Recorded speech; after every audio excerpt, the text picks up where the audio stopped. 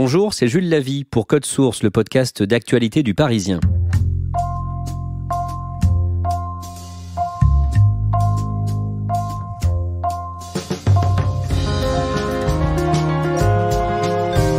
Vous avez peut-être entendu parler de cette jeune femme amputée d'une jambe après un accident à Paris le 27 octobre 2018. Pauline Desroulèdes attendait sa compagne assise sur son scooter garé devant un fleuriste quand une voiture a fauché tout le monde. Au volant, un retraité âgé de 92 ans. 2 autres personnes ont été gravement blessées. Aujourd'hui, elle se bat pour la mise en place d'un contrôle d'aptitude à la conduite. Elle se lance dans le tennis en fauteuil avec Paris 2024 en ligne de mire et elle essaie d'apaiser sa colère. Pour Code Source, Pauline Desroulèdes raconte son histoire à Claudia Prolongeau.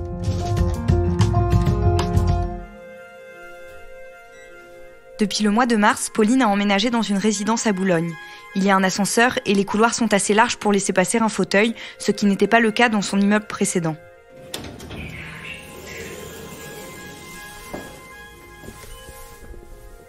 Elle me reçoit et inlassablement me raconte avec quelle détermination elle mène un combat qui n'aurait jamais dû être le sien. Au début, c'est mon père qui a lancé une pétition quand j'étais encore à l'hôpital pour tirer la sonnette d'alarme qui avait déjà été tirée à de nombreuses reprises, soulevant ce problème des seniors au volant. Quand j'ai été plus en état d'en parler, j'ai pris, on va dire, la relève de ce combat et j'ai commencé à l'incarner. Pour moi, c'est trop tard, mais en tout cas, j'aimerais que mon accident y serve. Son accident, Pauline s'en souvient très bien. C'était le 27 octobre 2018. Je me souviens que c'était une belle journée, c'était un samedi. J'attendais ma compagne sur mon scooter, assise sur mon scooter qui était à l'arrêt. Et le soir, on était invités chez son frère et c'était les présentations officielles. J'avais à la fois hâte et en même temps un peu le stress des présentations officielles. Mais en tout cas, on avait une belle soirée en perspective et justement, en fait, on allait chercher des fleurs pour cette soirée-là. Et en fait, tout le chemin de la rue de la Convention, il y a plusieurs fleuristes et à 2 reprises, on a failli s'arrêter à un autre fleuriste pour s'arrêter finalement à celui qui était plus près de là où on habitait, le Monceau-Fleurs. Et d'un coup, j'ai perdu connaissance et je me suis retrouvée au sol, les bras en croix. Et très très rapidement, j'ai repris conscience et j'ai eu la vision de ma jambe séparée de mon corps. Donc là, c'est à ce moment-là qu'on comprend que la vie ne sera plus jamais comme avant. J'ai été prise en charge à l'hôpital de Percy, l'hôpital militaire. J'ai subi 10 anesthésies générales, 10 ou 12, je sais plus, puisqu'au début, on m'a changé régulièrement de pansement.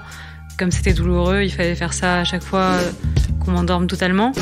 S'en est suivi beaucoup de douleurs, de moments de solitude. Au début, tous les jours, à l'heure où le soleil se couchait, c'était très compliqué. Je revivais à chaque fois l'accident. Donc c'est vrai que je me souviens très bien du moment où je me suis réveillée au sol et où j'ai mis ma jambe. Ça, je pourrais jamais l'oublier, même si je fais X temps de thérapie. C'est des choses qu'on peut pas oublier parce que c'est le déclic. C'est là où, dans ma tête, je me suis dit c'est fini, quoi. J'ai perdu ma jambe, c'est fini.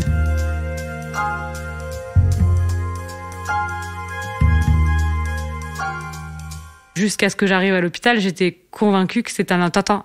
C'est-à-dire que j'étais en train d'écrire un message assis sur mon scooter et que je me suis retrouvée d'un coup au sol avec ma jambe arrachée. Donc autant vous dire que j'étais persuadée qu'il y avait une bombe qui avait explosé et que là, en fait, j'étais en train de délirer, quoi.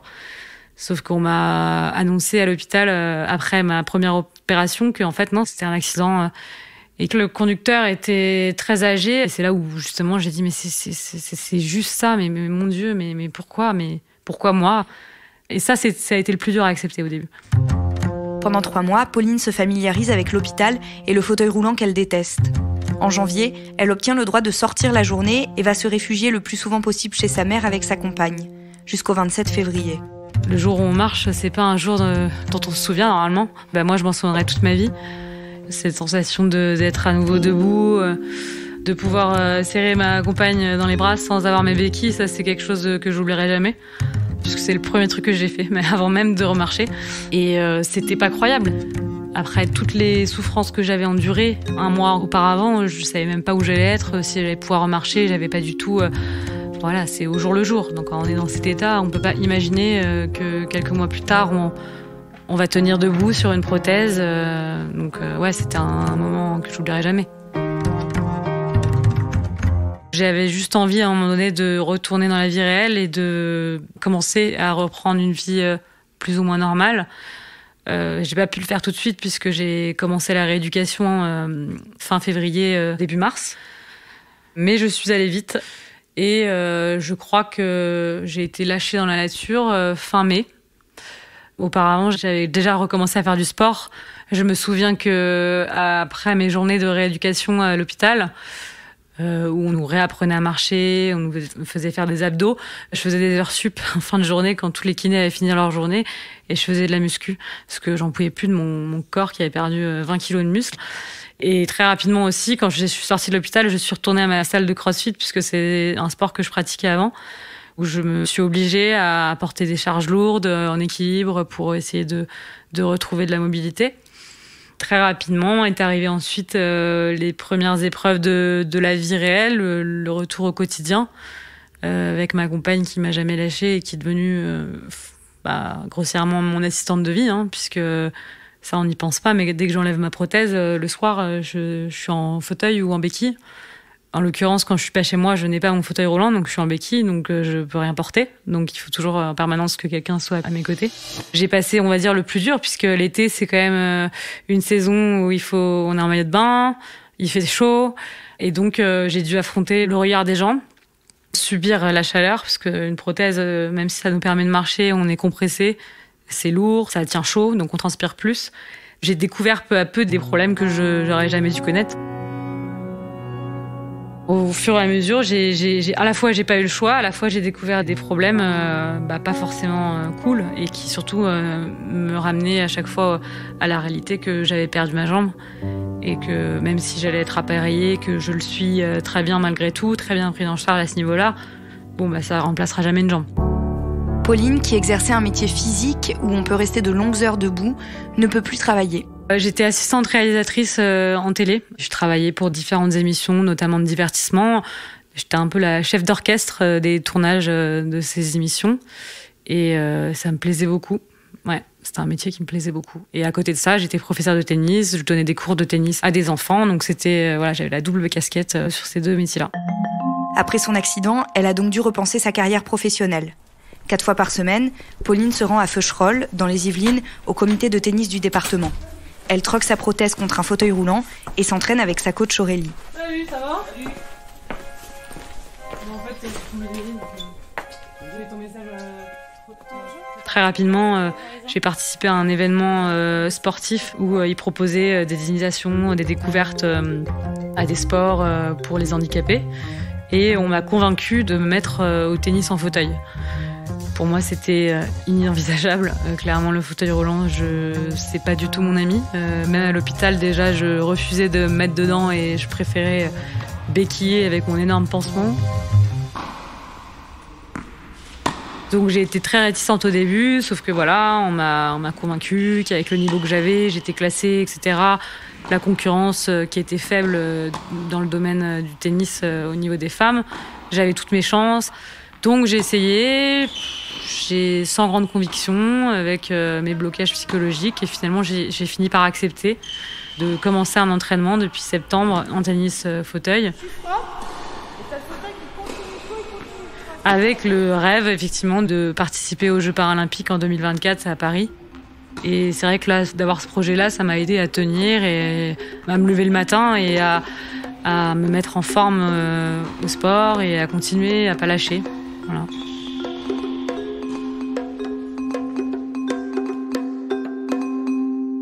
Mon procès n'a toujours pas eu lieu.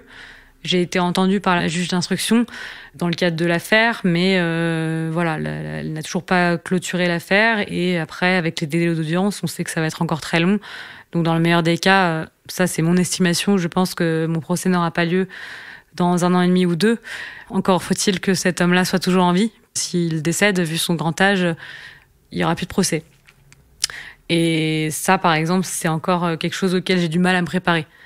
Puisque je pense que même si c'est pas une solution thérapeutique, le procès, c'est une étape par laquelle j'aimerais bien passer, rien que pour que cet homme, il affronte mon regard et qu'il voit ce qu'il a fait, en fait. Heureusement, j'ai des passions, j'aime encore la vie.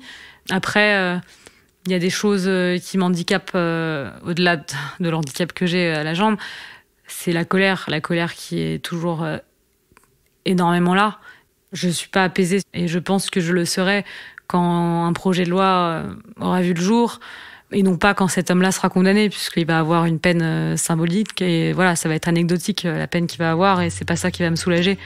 C'est pour ça, encore une fois, que je mène le combat sur ce projet de loi. C'est la seule chose qui compte maintenant pour moi et qu'encore une fois, que cet accident, il ait du sens, qu'il serve à quelque chose. Pour que son accident serve, Pauline a rencontré Christophe Castaner, le ministre de l'Intérieur, à qui elle a soumis l'idée de mettre en place un contrôle d'aptitude à la conduite pour tous les automobilistes. Dès l'obtention du permis, d'abord tous les 10 ans, puis ensuite, à partir de 70 ans ou 80 ans, que ça soit tous les 5 ans, puis tous les 2 ans, on passe un test qui contrôlerait notre aptitude à la conduite. Il avait des problématiques que je pouvais entendre, à savoir que déjà les 80 km/h, ça avait été un tollé.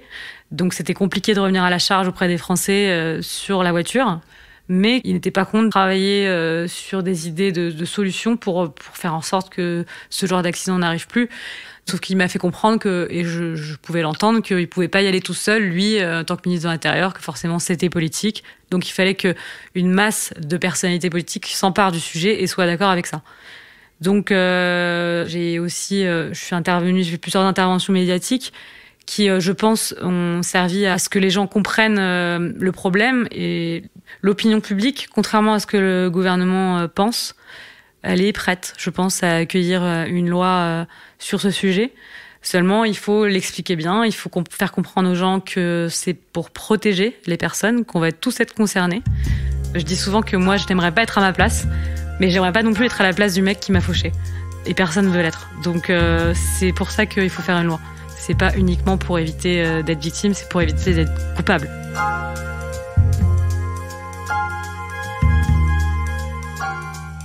Aujourd'hui, Pauline veut aussi se reconstruire et c'est pour ça que le 17 novembre dernier, elle a décidé de participer à l'émission Danse avec les stars. Bravo ma Pauline. Je sais tout ce que tu as traversé, te voir là, c'est magnifique, franchement. Bravo pour ton courage. Danse avec les stars, c'est vrai que c'était une expérience incroyable. Ils m'ont contacté puisque le thème de leur prime, c'était d'intégrer des personnes anonymes qui avaient une histoire particulière. Moi, je regarde l'émission depuis toujours. C'est une émission de divertissement que j'adore, vraiment. Je trouve que c'est beau. J'ai jamais été une danseuse spécialement, à part danser comme ça dans les soirées, etc. Mais en tout cas, j'ai toujours beaucoup aimé regarder cette émission. Pour être très honnête, je l'ai fait pour moi. À la base, c'était vraiment un défi personnel, sans savoir ce que ça allait pouvoir donner. Sur le plan physique, c'était quand même 4 heures de répétition par jour, sur une semaine. C'était intense, quoi. Donc, est-ce que mon corps, il allait tenir ? Je savais pas. Donc c'était vraiment l'inconnu. Une fois que ça a été fait, c'est vrai que c'était génial. Ça m'a soulagée quelque part, puisque la chorégraphie qu'a faite Fovoto, la danseuse professionnelle, c'était mon histoire, en fait. Et du coup, c'était vraiment comme un exutoire, en fait. Ça m'a fait beaucoup de bien de le faire bien entouré. C'était hyper rassurant de les avoir avec moi et de me prouver que c'était possible. Le double effet positif, ça a été les retours que j'en ai eus. Puisque à travers les témoignages que j'ai eus, je me suis rendu compte que ça avait donné un peu d'espoir à certaines personnes. L'année dernière, j'étais dans le public, par ici, sur un fauteuil roulant. Ça faisait 2 semaines que j'avais eu mon accident et là, aujourd'hui, je suis avec ces deux-là, que j'aime d'amour déjà beaucoup, à danser devant vous. Je remercie tous ceux qui m'ont soutenu depuis le début, ceux qui sont occupés de moi, ma famille et Tiffaine, que j'aime très fort et qui a été là aussi. Merci. Il y a 1 an, jour pour jour, j'étais dans le public de Danse avec les stars. C'était une des premières sorties que je faisais pour sortir un petit peu de l'univers de l'hôpital, etc. Et 1 an plus tard, je me suis retrouvée sur le parquet à danser, quoi. Donc c'est vrai que c'est fou et que c'est possible de le faire, hein. J'en suis la preuve vivante. Claudia, Pauline Déroulède, elle est presque hyperactive aujourd'hui. Oui, elle fait énormément de choses. Comme elle le dit, c'est un moyen pour elle de se dire que son accident n'a pas servi à rien. Donc elle a beaucoup de projets, elle veut continuer à avoir des projets. Et c'est vrai qu'elle se bat énormément. Et ça sera le cas probablement tant qu'elle sera en colère et peut-être même encore après. Pauline Déroulède se bat notamment pour que l'on contrôle l'aptitude à la conduite tout au long de la vie. On en est où ? Comme elle nous le disait, elle a rencontré Christophe Castaner. Elle est maintenant en contact assez régulièrement avec Emmanuel Barbe, qui est le délégué interministériel à la sécurité routière. Il y a eu une première réunion, une autre est prévue très prochainement, et donc elle espère que tout ça va déboucher sur des mesures concrètes. Maintenant, elle a pris conscience que ça prenait du temps, que ça demandait de l'argent, et que donc c'était pas automatique, mais elle croit vraiment que c'est une cause qui mérite tout ça et qu'elle pourra l'obtenir. Elle veut disputer les Jeux paralympiques à Paris en 2024. Ça semble réaliste ? Oui, ça semble réaliste, d'autant que toutes les personnes que j'ai rencontrées qui sont autour d'elle, et notamment son entraîneuse, pensent qu'elle a vraiment toutes ses chances. Elle était classée 2-6 au tennis avant son accident. Les classements au handisport ne fonctionnent pas de la même manière, donc on ne sait pas exactement où elle se situe. Mais je l'ai vue jouer, elle se débrouille effectivement très bien, surtout pour quelqu'un qui débute le tennis en fauteuil, parce qu'il y a toute une technique à apprendre pour se déplacer rapidement. Ce sont des fauteuils spéciaux. Donc voilà, pour quelqu'un qui découvre tout ça, elle se débrouille effectivement très bien. Et donc il y a beaucoup d'espoir sur le fait qu'elle soit prête en 2024. Merci Claudia Prolongeau et merci à Nicolas Maviel pour son aide. Code Source est le podcast quotidien d'actualité du Parisien. Production Clara Garnier-Amouroux et Stéphane Geneste. Réalisation Alexandre Ferreira. Code Source est à retrouver chaque soir de la semaine à 18h sur leparisien.fr, toutes les applications de podcast, mais aussi Deezer et Spotify. Si vous aimez Code Source, n'hésitez pas à en parler autour de vous et vous pouvez nous écrire codesource@leparisien.fr.